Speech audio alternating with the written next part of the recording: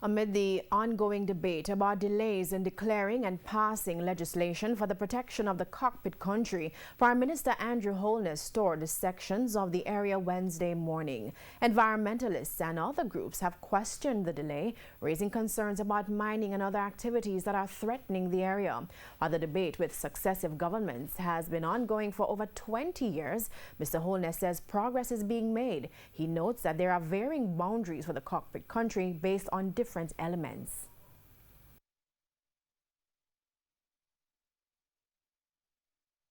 The geomorphology, that is the nature of the land, the formations.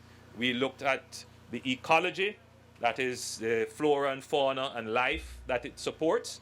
And we looked at the hydrology, the water assets, and all the features that allow for the collection and storage of water.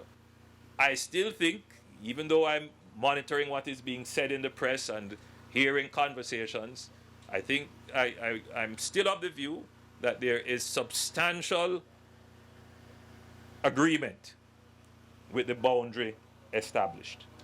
I announced that boundary in Parliament. Now, Mr. Holness says while not all stakeholders agree on that boundary, the government has to make a decision to move ahead. We have settled on.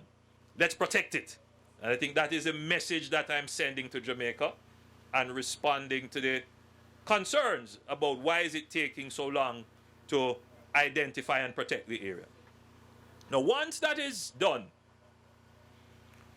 we will be coming to Parliament with the necessary legislation to declare and protect the area as appropriate, both from commercial disturbances, industrial.